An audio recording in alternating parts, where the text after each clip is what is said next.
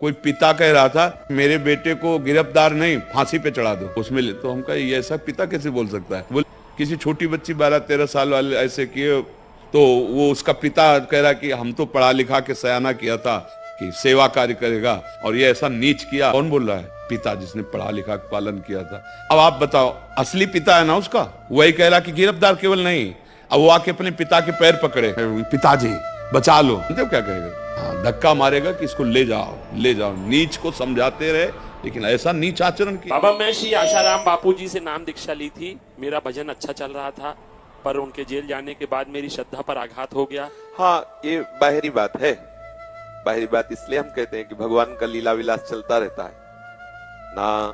इस बात पे जाओ कि वो जेल में है। जेल में तो क्या, जेल में तो ठाकुर भी पैदा हुआ था, मथुरा में जेल में तो पैदा हुआ था। कोई बात, ये सब चलता रहता भगवान की माया। आप अपने मार्ग को पुष्ट करें, अश्रद्धा करने की कहीं भी कोई गुंजाइश नहीं है। बिल्कुल भगवान अपने आप से अपने आप में खेलते हैं। हमें ये भावना करनी है कि आसाराम मेरे राम है, मेरे ठाकुर है। वो चाहे बाहर खेले चाहे भीतर खेले, वो चाहे माया का खेल खेले चाहे ब्रह्म का खेल खेले, मेरे लिए वो भगवान है। दुनिया की दृष्टि एक अलग है। अब आगे इतना सोच के आगे बढ़ो, हम तुम्हें हाथ पकड़ के आगे ले जाने के लिए तैयार।